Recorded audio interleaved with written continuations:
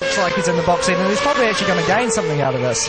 Yeah, Anderlecht need to find a way past the Roma car pretty rapidly here, and he still hasn't got past, so that's interesting. And that's going to affect the gap first to second, no doubt about it. Don't know if he's going to dive up the inside, yeah, into turn 2. So, but really that's ended the battle that we might have had up front for the race victory. There's no doubt now that Chris van der Drift has this one under control. As long as he doesn't have any problems with the car, he should have this one sorted. Yeah, no, he does. And strange, looking at the times again, AC Milan are very quick again. So it was a very, very strange string of laps as we see the Anderlecht car going through the chicane. And there's only 59 seconds now. Yeah, Corinthians has been going well the last lap or so, and he's actually got a bit closer to that battle for the lead, hasn't he? Yeah, no, he has got closer to the lead, and let's see, he's got to pass the lap cars now. So it's always a procession of trying to get past these lap cars. So Corinthians joining in, then AC Milan, then Tottenham and Liverpool still coming through. They're running in 5th and 6th. Basel still in 7th, Seville in 8th place. And further down, nice little battle between PSV and Porto. This is for 10th position, and both of them hard at it. Alvaro Parent behind Naren Kartikeyan. Back with the leaders briefly though, Olympiacos, as the clock ticks away. We're getting ready to go on to the final lap. They're going to get one more lap here, and then it'll be checkered flag next time around for Chris van der Drift, who now has an advantage of 2.3 seconds, probably the biggest advantage he's had all race long. Here comes AC Milan, just lapping AS Roma, and then behind them we've got Tottenham and Liverpool with a little gap back then to Basel. Yep, no, this is the last lap of the race. It's been a brilliant race from Chris van der Drift so far. Picture perfect stuff, really textbook race. Yeah, really good stuff from him. Further down the order, by the way, Seville heading for an 8th place, and that's definitely one of their better results for a while. Sporting Lisbon heading for 9th with Andy Soucek. PSV, as we saw, battling for 10th with Porto. Bordeaux down in 12th place. Beijing in 13th. Galatasaray 14th. And we think it's going to be, well, it will be Flamengo on pole for the second race of the day, because Duncan Tappy had to pull over with that clutch problem. Let's just hope they can get it fixed, though, because that's going to be pretty tough. But here is Chris van der Drift, compatriot of yours, Earl, so you must be pretty pleased to see how he's driven today. Yeah, no, it's great to see Chris out there, and great to see him out front and winning. He was, really excited to get into the championship at the start of the year. He's had 2 wins so far, and there we see the Kiwi flag up on the pit wall waiting for him to come by.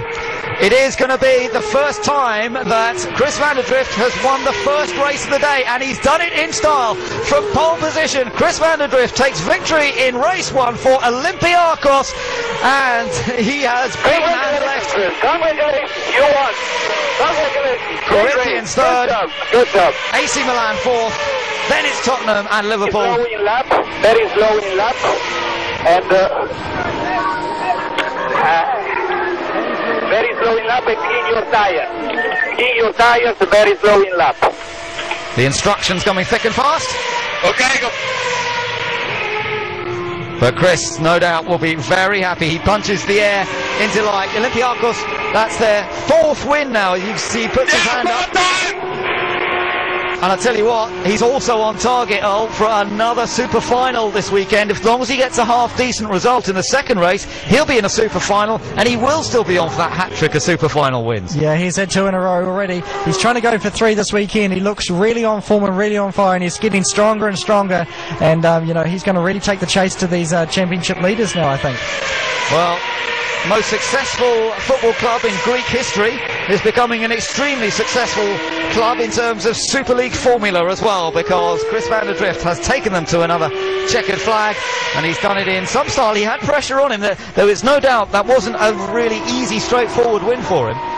No, it wasn't easy and straightforward by any means. He had pressure the whole way, which is probably one of the hardest races, but now he's got to refocus. It's only an hour and a half to the next race, and he's got to start from the back of the grid, which is a completely different scenario.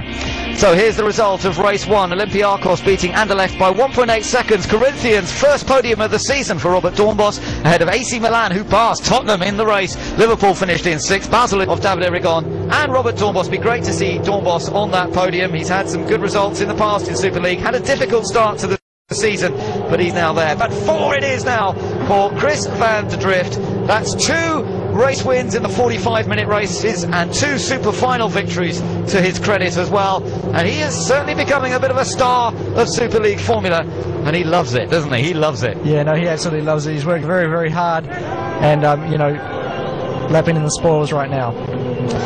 So there's Robert Dornbos and Davide Rigon. And that's nice to see. Dornbos, a former winner when he raced in 2008 in Super League, but this year he just hasn't had that quite that same pace until the last two events, and then he put it on the front row last time out, qualified well here, and he's fought for third place. Actually, say fourth, he had a bit of a lonely time most of the way, but they were the guys for Olympiacos, the GU Racing guys who look after the engineering side of the car as well. Yeah, but that's his girlfriend there, Billy, giving him a big hug. She'll be very proud. She will indeed, yeah, and what a great start to the day for him. Does mean, of course, he's going to have to start from the back for the second race of the day as a result of that second. Olympiacos are still fifth, but interestingly tied on points with Basel, so that could change after the second race of the day. Celebrating, enjoying it, but you could tell from the interview that he's already focusing his attention on the next race of the day, where he'll be starting at the very back, and of course that challenge to get into the super final once again and chase down a hat-trick of big checks. 100,000 euros of course on offer to the winner of the super